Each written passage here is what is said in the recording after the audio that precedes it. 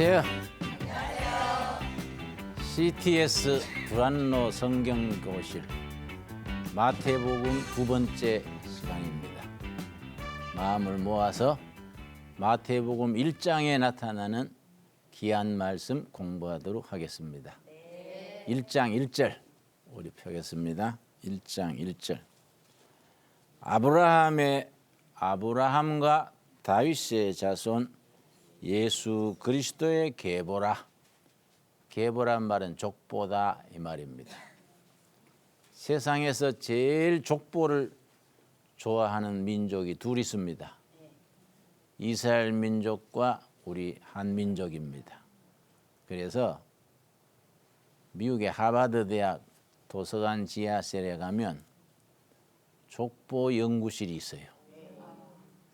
거기는 이스라엘 족보와 한국 족보 쭉 수집해 놨습니다. 내가 열애전에 갔을 때 궁금해서 내 족보도 찾아봤지요. 나는 경주 김씨 경순왕 38대 손 족보에 그리고 뒤져봤어. 내 이름이 나오는 거예요. 기분 좋더라고요. 족보를 소중히 하는 게 이스라엘과 우리하고 공통점이에요. 이스라엘과 우리 공통점이 여러 가지 있습니다. 사람 죽으면 아이고 우는 게 두 나라가 비슷해. 이스라엘은 한술 더 떠요. 부잣집은 우는 전문가를 사다가 데려다 놓고 우도. 우리나라도 요새는 안 그러지요. 옛날에 시골에 곡을 많이 해야 효자라 그랬어요. 또 서양 사람들은 아기를 업을 때 등으로 뒤로 업어요.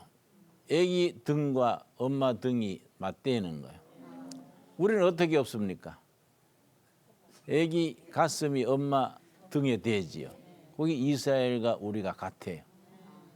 그리고 또 같은 게 뭐냐? 여자들이 물동이 있는 거. 그건 이스라엘과 우리 옛날이 꼭 같아요.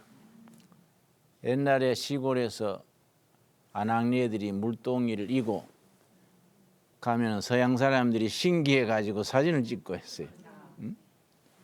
이게 비슷한 점이 많아요. 자, 마태복음 1장 1절이 아브라함과 다윗의 족보다. 아브라함은 믿음의 조상, 다윗은 다윗 왕가의 시작. 그러니까 믿음의 조상이시고 다윗 왕가의 왕손인 예수님이다 이 말이야. 그러니까 다윗의 족보와 아브라함의 족보, 믿음의 족보와 다윗 왕손의 족보가 하나로 지금 연결되는 겁니다. 자, 그러면 2절 아브라함이 이삭을 낳고 이삭은 야곱을 낳고 야곱은 유다와 그의 형제들을 낳고가 계속되기 때문에 초신자들이 시험 들어요.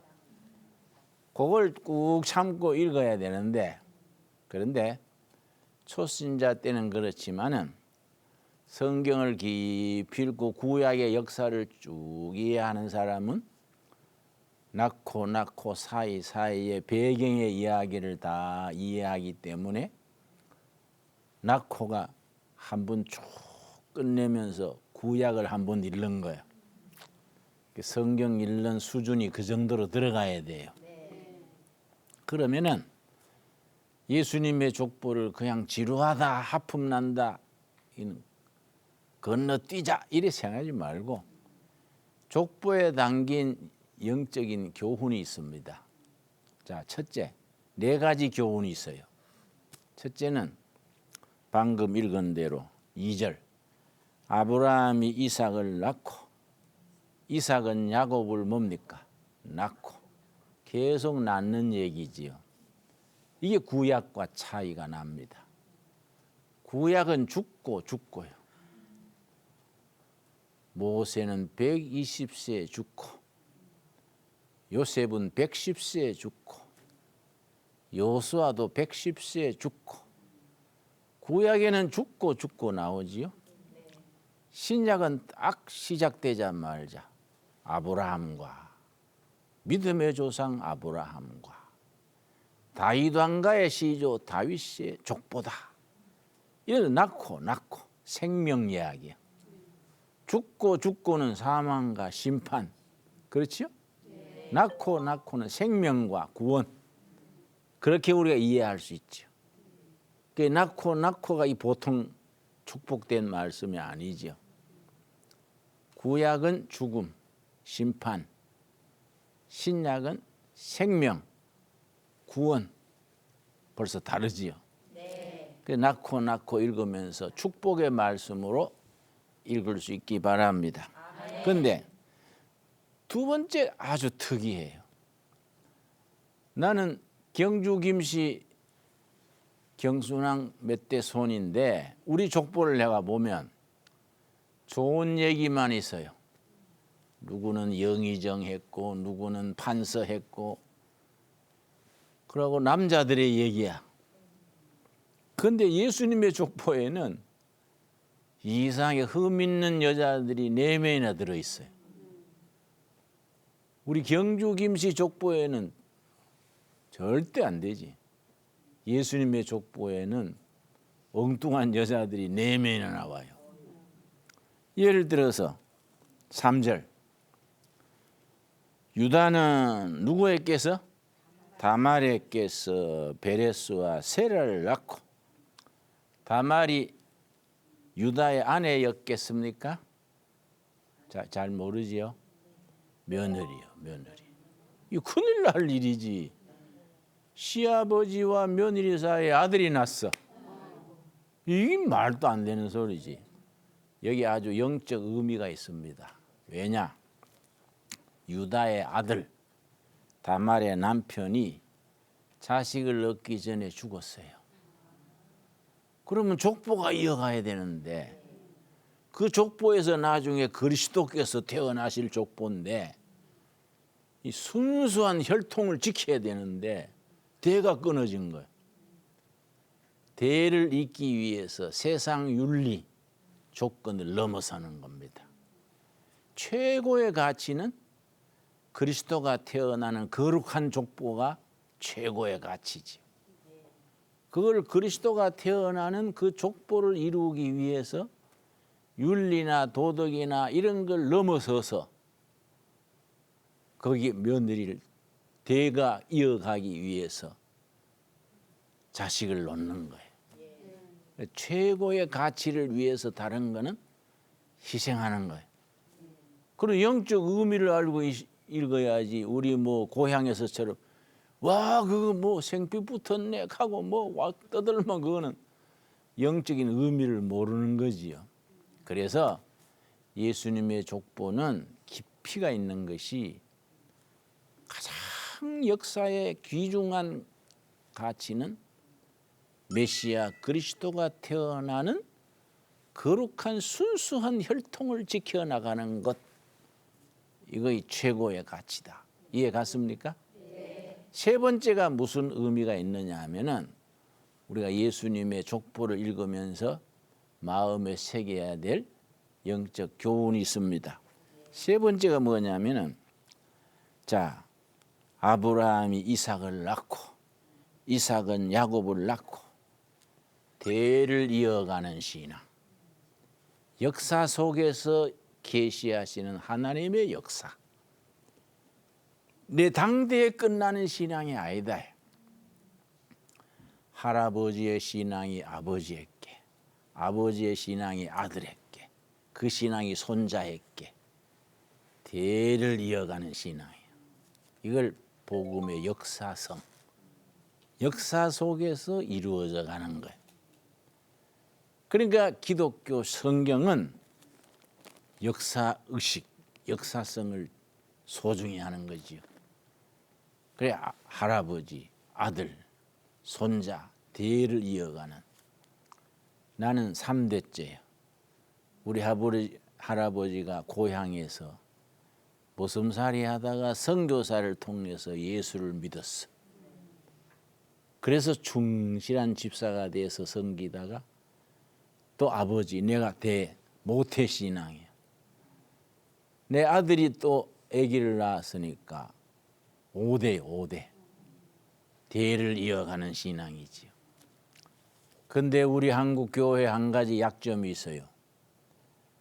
아버지는 장로님이고 어머니는 권사님, 훌륭한 교인들인데 아들, 딸들은 아버지, 어머니의 신앙을 이어가지를 못해. 고등학교까지는 교회 다녀주는 거예요. 대학교쯤 가면은 막 교회를 떠나는 거예요. 그나마 대학교까지는 교회를 왔다 갔다 하는데 사회생활을 하면은 그만 사회로 나가버리는 거예요. 이거는 마태복음 족보가 끊어지는 거지요. 그렇지요? 아브라함이 이삭을 낳고 이삭은 야곱을 낳고 야곱은 요셉을 낳고 이 대를 이어가 가지고 예수님 오실 때까지 믿음으로 전승돼 가야 되는데 내 대에 가서 끊어져 버리면은 이거 안 되잖아요. 이 족보가 그런 점에서 굉장히 우리들에게 깊은 교훈을 줍니다. 자, 네 번째 뭐가 있느냐 하면은 우리 한번 봅시다. 17절 말씀. 1장 17절 말씀. 그런즉 모든 대수가 아브라함부터 다윗까지 연례되어 다윗부터 바벨론으로 사로잡혀 갈 때까지 연례되어 바벨론으로 사로잡혀 간 후부터 그리스도까지 연례되라. 이게 아주 보통 말씀이 아니에요. 아브라함부터 시작했지요? 아브라함에서 다윗까지 몇 대지요? 14대. 다윗에서 바벨론한테 나라가 망하고 포로로 끌려갈 때까지 몇 대지요? 14대. 바벨론 포로에서부터 나중에 돌아와 가지고 예수님이 나실 때까지 14대. 14대가 세 토막이니까 합치면 몇 대입니까? 14 곱하기 3, 42지요? 42대. 그런데 이게 영적 의미가 있는 겁니다. 유대인들은 그 문화적으로, 그 언어학적으로 숫자를 굉장히 중요시했습니다. 숫자에 영적 의미를 붙였어요. 예를 들어서 하늘의 수 3이요. 성부, 성자, 성령, 하늘의 수. 땅의 수는 4요. 동서남북, 사복음, 동서남북. 하늘의 수 3, 땅의 수 4, 합치면 얼마입니까? 7. 완전수예요. 7. 하나님의 숫자예요. 그래서 7, 7 천사, 7 나팔, 7이 계속 나오지요? 네. 7 천사, 7 나팔, 뭐 완전수예요. 그 하나님의 숫자예요. 7에서 하나 빠지면 6이지요. 사탄의 수라. 7에서 하나 빠진 6이 그래서 적그리스도를 666 그래. 기억나지요? 네. 666. 그러니까 이 숫자에 의미를 붙이는 거지요. 그 뭐 하늘의 수 3, 땅의 수 4, 합치 곱하면 얼마입니까? 3, 4, 12. 12제자, 12문, 12보석, 12제자 이렇게 나가지요? 네. 그러니까 이 숫자에 굉장히 영적 의미를 붙이는 전통이에요. 그러니까 예수님이 부활하신 뒤에 제자들 만날 때에 베드로한테 그물을 깊은 데로 던져라. 그 베드로가 예수님 말씀대로 그물을 깊은 데 던졌더니 고기를 153마리 잡았다. 그 영적 의미가 있는 거예요. 그 1부터 1, 2 더하면 3. 또 2 더하기 3은 또 계속 나가다가 153까지 가는 거예요. 그런데 옛날에 모나미 볼펜 아세요? 네. 모나미 볼펜 창업하신 분이 신앙인이랬어요. 모나미 볼펜이 잘 안 팔리고 그래서 예수님이 베드로한테 그물을 깊은 데 던져라. 고기 153마리 잡았다. 그래서 모나미 153 기억나세요? 모나미 153 붙이고 많이 팔렸어요. 그런 얘기가 있어요. 거룩한 숫자다. 자, 그런 걸 이 시간에 뭐 다 공부할 수는 없고. 자, 아브라함부터 다윗까지 몇 대? 14대. 다윗에서 바벨론 포로 될 때까지 몇 대? 14대. 다윗 포로에서 돌아와서 예수님까지 몇 대? 14대. 합쳐서 42세대인데 민수기에 보면은 민수기 33장 5절부터 봅니다. 33장 5절에 보면은 유월절 마지막 날을 보내고 애굽 종살이에서 해방돼서 홍해바다 건너서 광야로 나갑니다. 가는 데마다 진을 쳤어요. 그런데 진친 얘기가 민수기 33장 5절. 이스라엘 자손이 람세스를 떠나 숫곳에 진을 치고 람세스에서 강제노동하고 피라미드 건설하고 왕국 만들고 이런 강제노동 거의 노예 생활처럼 하다가 거기에 유월절을 보내고 해방이 됐어요. 첫 번째 진친대가 어디라고요? 숫곳에 숫곳. 숫곳이란 말이 임시 거처 그런 뜻입니다. 숫곳에 진을 치고 6절 숫곳을 떠나 광야 끝 에담에 진을 치고 그 어디까지 갔느냐? 49절 요단강가 모압 평지의 진영이 베디어시모세서부터 아벨 시딤에 이르렀더라.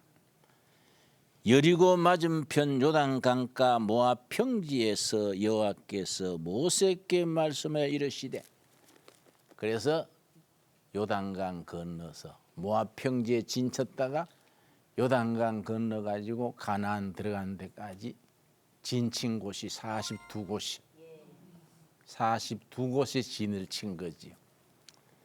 그러니까 애굽에서 종살이에 벌써 해방돼서 가나안 들어가기까지 42곳에 진쳤고 아브라함부터 예수님 태어나시기까지 42대를 거쳤다.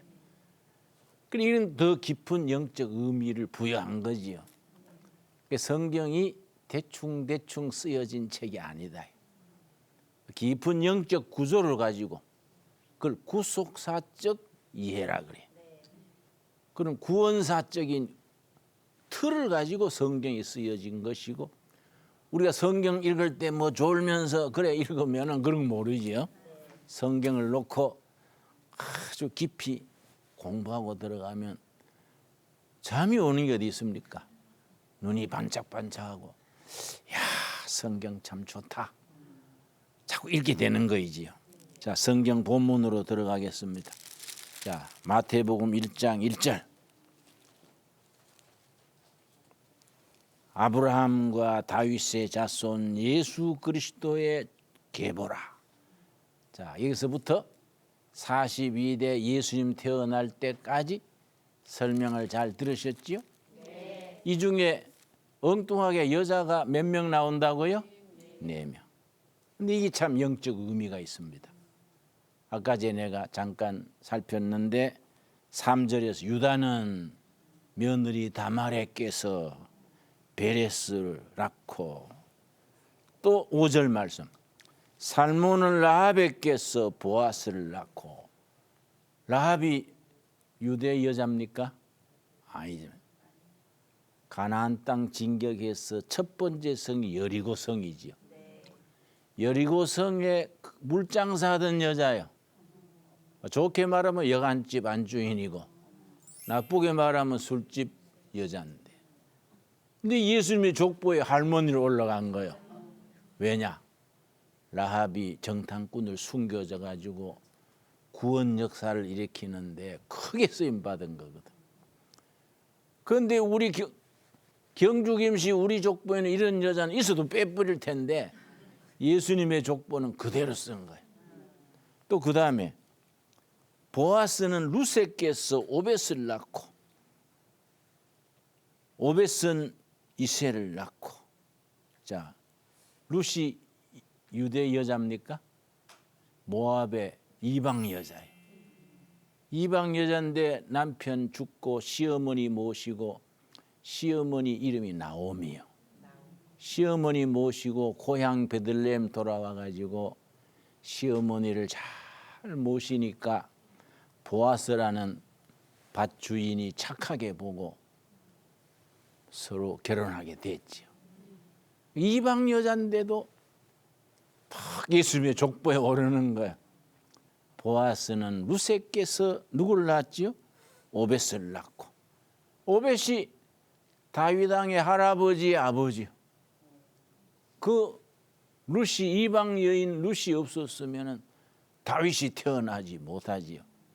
이런 족보가 나가지요. 또 골치 아픈 여자가 나옵니다. 6절. 아주 골치 아픈 여자예요.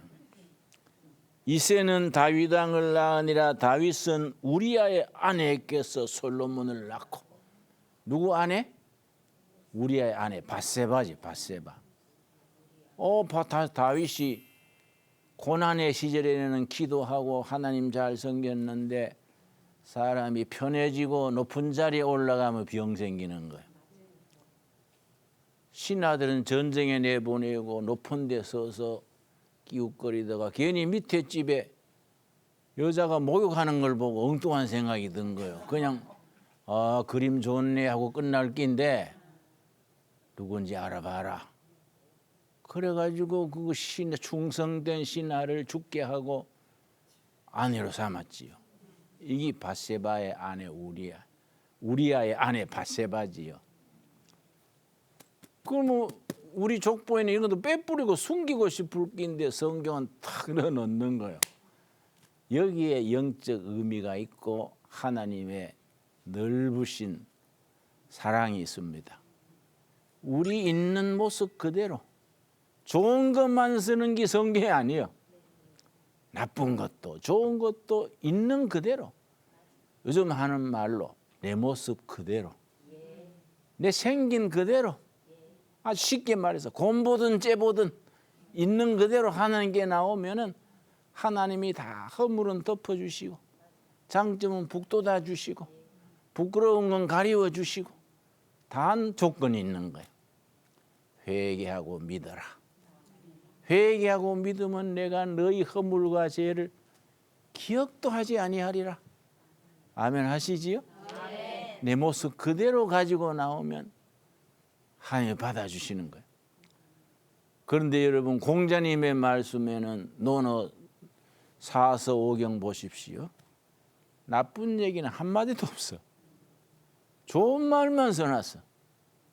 그래서 누가 좋은 말 하면 공자님 같은 소리 하네 그러지요? 네. 야, 너 공자님 같은 소리 하네 이러잖아요. 네. 부처님의 말씀도 나쁜 얘기 없어요. 그런데 유독 예수님의 말씀 성경에는 우리아의 아내 이야기, 룻의 이야기, 다말의 이야기, 또 여리고성에 물장사던 여인 누구지요? 라합의 이야기. 이게 다 그대로 써놓는 거예요. 거기서 메시아 예수님이 태어난 할머니 족보가 된 거예요. 그러니까 여러분 은총의 세계 구속의 역사는 사람의 허물과 부끄러운 것을 가리워 주시는 거예요. 단 거기에 조건이 있다 그랬지요? 네. 하나님 앞에 있는 그대로 내놓고 회개하고 믿음으로 바로 서면은 허물과 죄를 가리워 주시고 없던 걸로 해 주신다. 아멘이 됩니까? 이 예수님의 족보 속에 그런 교훈이 들어 있습니다. 그래서 성경이 참 위로가 되고 가치 있는 거예요. 그 나는 예수님의 족보 읽으면서 이 여인의 얘기 읽으면서 위로받아요. 우리는 뭐 공자님처럼 도덕적으로 완전하지를 못하잖아요. 뭐 이렇게 하다 보면 살다 보면 알게 모르게 허물도 범하고 죄도 짓고 뭐 엄벙덤벙 대다가 엉뚱한 짓도 하고 그러게 살 수 있잖아요. 딱 정신 차리고 있는 모습 그대로 하나님 내 있는 그대로 갖고 나왔습니다. 회개합니다. 받아주십시오. 그러면 예수님이 품어주시는 거예요. 받아주시는 거예요. 예수님의 족보 속에 있는 여인들의 얘기를 통해서 우리가 받을 영적 교훈입니다. 자, 마태복음 전체를 가지고 생각해 봅시다. 마태복음은 28장으로 되어 있는데 다른 복음서와 다른 게 있습니다. 예수님이 가르치신 교훈이 많이 나와요. 아주 또박또박. 그래서 마태복음을 기록한 사람은 세리 마태입니다. 마태복음 9장 9절 찾아봅시다. 마태복음 9장 9절. 세리 마태를 통해서 마태복음을 썼다는 것이 아주 의미가 있습니다. 9장 9절 말씀. 마태복음 9장 9절 내가 읽습니다. 예수께서 그곳을 떠나 지나가시다가 마태라 하는 사람이 세간에 앉아 있는 것을 보시고 이르시되 나를 따르라 하시니 일어나 따르니라. 세무소에서 마태가 일 보는데 예수님이 불렀어요. 나를 따르라. 마태가요 다 평겨쳐두고 예수님을 따른 겁니다. 그런데 이 큰 사건입니다. 왜냐? 이스라엘 그 풍토에서는 세리는 죄인 중에 죄인이에요. 온 나라가 손가락질하는 매국노, 우리 일제시대 친일파 못된 녀석들이야. 왜냐? 왜 그래 됐냐? 요새는 뭐 세무공무원 인정받지요. 좋은 자리지요. 세무서 소장 그러면 뭐 좋은 자리지요. 그런데 그때는 왜 그랬냐? 로마의 지배를 받던 때지요. 로마가 자기 유대 땅을 다스리는데 세금을 어떻게 거두느냐 하면은 로마 사람이 직접 거두기에 번거로우니까 하청을 주는 거예요. 예를 서울시 중구다. 서울시 중구에서 세금을 얼마 거둘 수 있느냐 입찰을 붙이는 거예요. 그러면 유대인들 중에 1년에 100억 혹은 150억 적어내는 거예요. 입찰에서 제일 많이 거두는 사람을 맡기는 거예요. 그러면 계약한 대로만 거두고 나머지는 2배, 3배 얼마든지 더 거다가 직거가 되는 거예요. 그러니까 원성의 대상이지. 인정사정 없이 세금 거두는 거예요. 많이 거둘수록 지는 떼부자 되니까. 로마 지배자하고 계약했는 거는 딱 정해져 있잖아요. 옛날 예를 들어 100억이다. 그런데 200을 거두면은 100억은 바치고 100억은 직거가 되지. 그러니까 세리들이 욕먹는 거예요. 저 로마 앞제비가 돼가지고 동족을 수탈한다. 세금 세리들을 사람 취급 안 했어요. 근데 예수님은 세리를 왕따 당하고 손가락질 받는 세리를 제자로 부른 거예요. 그러니까 마태가 즉각 예수님을 따랐지. 가족들 인사하고 이거 없어요. 모든 것을 버려두고 예수님을 따랐는데 성경학자들이 그런 말이에요. 한 가지 안 버린 게 있다. 다 버리고 예수님을 따랐는데 한 가지 안 버린 것이 뭐이냐. 세리 공문하려면 또박또박 기록해야 되잖아요. 누구 집에 세금 얼마 받았고 작년에는 얼마 받았고 얼마나 미수고 그 안 적으면 세리 뭐 하잖아요. 또박 적는 그 습관은 안 버렸다. 그래서 예수님의 제자가 돼서 3년간 예수님을 모시면서 예수님의 교훈 다 적은 거예요. 그 세리 공무원 하면서 몸에 익힌 걸 실천한 거예요. 그래서 마태복음이 나온 겁니다. 다른 복음하고 뭐이 다르냐? 교훈이 많이 적혀 있습니다. 예를 들어서 마태복음 5장, 6장, 7장 산상수훈, 유명한 산상수훈. 예수님 옆에서 모시면서 세리 공무원 할 때 그 습관을 따라가 적은 거예요. 마태복음 13장에 7 천국 비유 있어요. 하나님의 나라는 천국은 이러하니라. 7가지 비유가 있어요. 다른 복음서에는 그래 없어요. 조직적으로 없어요. 또 마태복음 24장, 25장에는 예수님의 재림하실 예수님, 세상의 종말, 세상의 마지막 날은 이러하니라.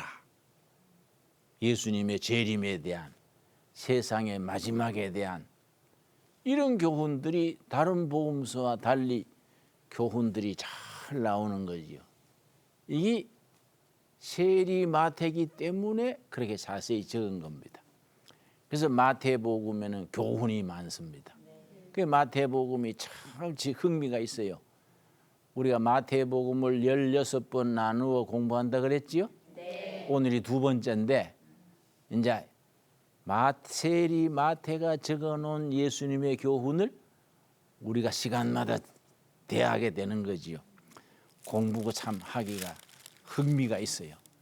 특별히 다른 복음서와 달리 24장, 25장 가면은 종말론, 마지막 날에 대한 예수님의 가르치심, 이런 건 참 소중한 얘기지요. 더더구나 뭐 산상수훈 같은 마태복음 5장, 6장, 7장 얼마나 소중합니까? 그러니까 우리가 산상수훈을 한 2시간쯤 갈라서 공부하겠는데 인도의 마하트마 간디란 분이 자기는 힌두교 신자면서 산상수훈을 높이 평가해가지고 마태복음의 산상수훈은 모든 종교의 경전 중에 경전이다. 천국의 헌법이다. 그렇게 얘기했어요. 간디가. 그래 간디가 자기는 힌두교 신자인데 예수님의 산상수훈을 막 극찬을 하니까 인도에서 선교하는 미국인 선교사가 간디 선생한테 물었습니다. 간디 선생님, 선생께서는 힌두교 신도시면서 예수님의 산상수훈을 그렇게 칭찬하시는군요.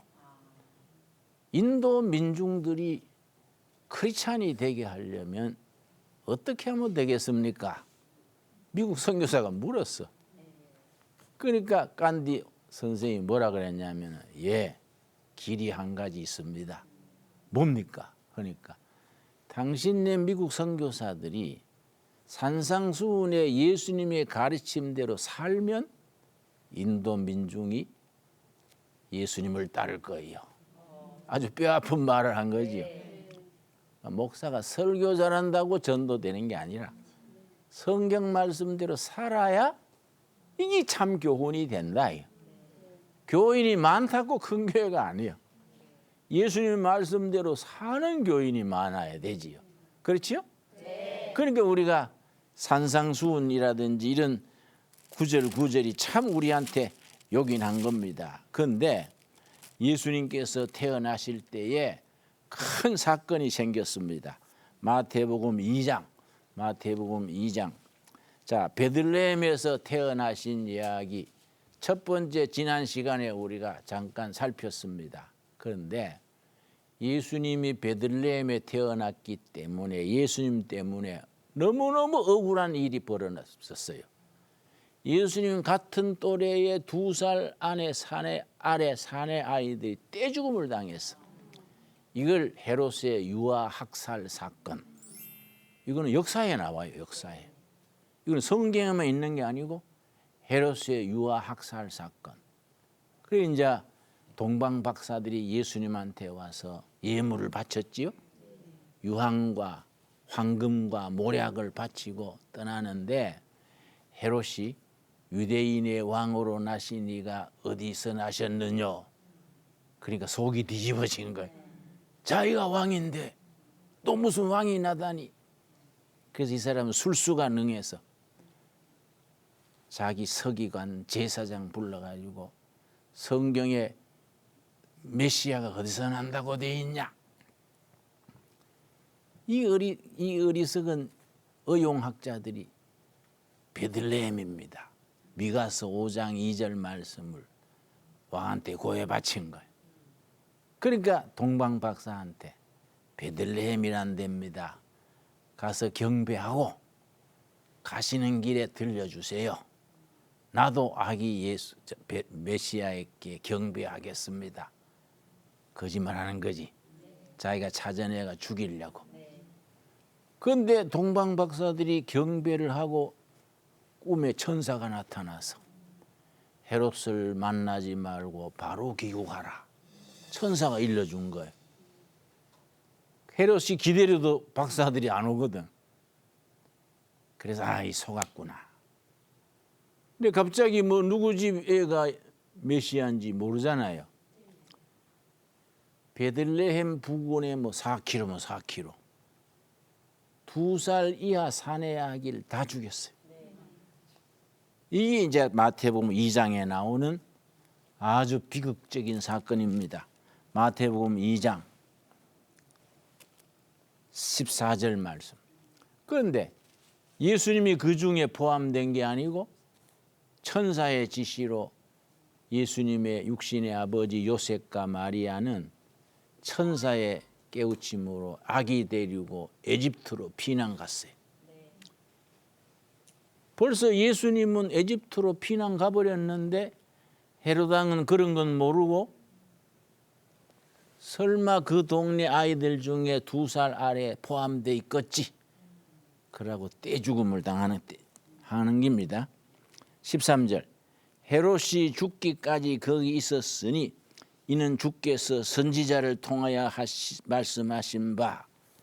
이것도 예수님이 애굽으로 피난 가신 것이 우연히 된 일이 아니라 옛날 선지자들이 예언한 바다. 마태복음에 선지자들의 말씀이 이루어졌다. 13번 나와요. 13번. 그리고 이 마태복음에는요. 구약의 인용이 29번이나 나와요. 그래서 마태복음은 구약과 신약을 이어주는 다리와 같아. 구약의 말씀이 인용한 것만 29번. 선지자들의 말이 응답된 것이다가 13번. 그중에 헤롯 왕이 유아들을 죽일 것까지도 다 예언된 거다 이거지. 그래 뭐라 그랬습니까? 16절 말씀. 이에 헤롯이 박사들에게 속은 줄 알고 헤롯 궁에 안 들리고 바로 가버렸으니까 속은 줄 알고 심히 노하여 사람을 보내어 베들레헴과 그 모든 지경 안에 있는 사내 아이를 박사들에게 자세히 알아본 그 때를 기준으로 하여 몇 살? 2살부터 아래로 다 죽이니 이에 선지자 예레미야를 통하여 말씀하신 바. 옛날 말씀이 이루어졌다. 나는 모태신앙인데 어렸을 때 유언지일 때부터 이 말씀 읽을 때 이상하다. 예수님이 의리가 없지 않냐. 애굽으로 도망을 가면은 다른 애들 같이 데리고 가야지. 아니면 같이 거 있으면서 대책을 세우든지. 메시아가 되실 분이 구세주 되실 분이 죽으면 같이 죽고 살면 같이 살아야지. 자기만 애굽으로 가버리고 다른 애들은 죽게 놔두면 그건 하나님의 사랑이 아니지 않냐. 어찌 구세주가 그렇게 의리가 없을까? 어릴 때 그런 의심 들지 않겠어요? 내 어머니한테 물었어요. 어릴 때. 어머니 예수님이 이상하네요. 애굽으로 피난 가면 다른 애도 데리고 가든지 아니면 거기 같이 있어 당하든지 대책을 세워야지 혼자만 가버리고 다른 애들은 죽고 이상하네요. 그때 어머니가 꾸지람하더라고. 너는 뭐 성경을 그래 믿으면 되지 꼬치꼬치 따지냐. 꼬치꼬치가 아니라 어머니 이상하잖아요. 적어도 구세주가 남자다워야지 어찌 혼자만 삽니까? 그랬더니 어머니 꾸지람하시더라고요. 사실 그렇잖아요. 근데 내가 어릴 때는 그런 생각했는데 나이도 40, 50 넘어서 세상에 이런 꼴 저런 꼴 산전수전 겪어보니 이해가 간 거예요. 어떻게 이해가 갔느냐. 나 이렇게 해서 그래요. 세상의 위대한 역사, 구원 역사, 생명의 역사가 일어나려면 누군가가 희생을 해야 돼. 누군가가. 그 예수님을 통한 구원 역사가 이루어지기 위해서 베들레헴 지경에 2살 안에 사내 아이들이 다 죽은 거이죠. 나는 그렇게 해석하는 거예요. 그 아이들의 피가 구원 역사를 일으키는 밑거름이다. 어른들이 죽으면 자기 죄 때문에 죽었다 하겠지요. 어른들은 살면서 죄도 많이 지니까. 근데 2살 아래야 무슨 죄가 있습니까? 엄마한테 젖달라고 울었는 죄밖에 뭐 없지요. 밤에 엄마 못 자게 뭐 칭얼대는 죄밖에 없지요. 그런 때와 때묻지 않는 순수한 어린아이들이 희생 제물이 돼서 그 밑거름으로서 구원 역사가 퍼지는 것이다. 모든 위대한 역사에는 희생이 따르고 거룩한 피가 흘리고 그걸 밑거름으로 해서 구원 역사, 선한 역사는 시작되는 거이다. 내가 그렇게 크게 받아들이는 거야. 그렇게 받아들이니까 이 말씀이 이해가고 읽을 때마다 은혜가 있어요. 이해 갔습니까? 네. 자, 우리 한번 같이 읽고 마칩시다. 16절 제가 읽습니다. 이에 헤롯이 박사들에게 속은 줄 알고 심히 노하여 사람을 보내어 베들레헴과 그 모든 지경 안에 있는 사내 아이를 박사들에게 자세히 알아본 그때를 기준하여 2살부터 그 아래로 다 죽이니 이에 선지자 예레미야를 통하여 말씀하신 바 구약의 예언이 미리 돼 있었다. 이 사건이 라마에서 슬퍼하며 크게 통곡하는 소리가 들리니 라헬이 그 자식을 위하여 애곡하는 것이라. 구약의 예언대로 이미 예언된 것이 이루어진 사건이다. 위대한 구속사의 이야기야. 그리스도 예수를 통해서 구원 역사가 이루어지기에 밑에서 거름이 되고 희생당하는 피가 있었다. 지금 또 우리 교회는 교인들은 나라, 사회, 미래를 향해 통일 한국 시대를 위해 희생하고 제물이 되고 손해보고 잠 못 자고 그런 밑거름이 돼서 이 나라가 한국교회가 부흥되고 이 나라가 정말 세계에 박수받는 나라로 나아가게 될 줄 믿습니다. 이 본문 말씀 읽으면서 우리가 그런 은혜를 받아야 되지. 오늘 거기까지 공부하겠습니다. 자, 마치겠습니다.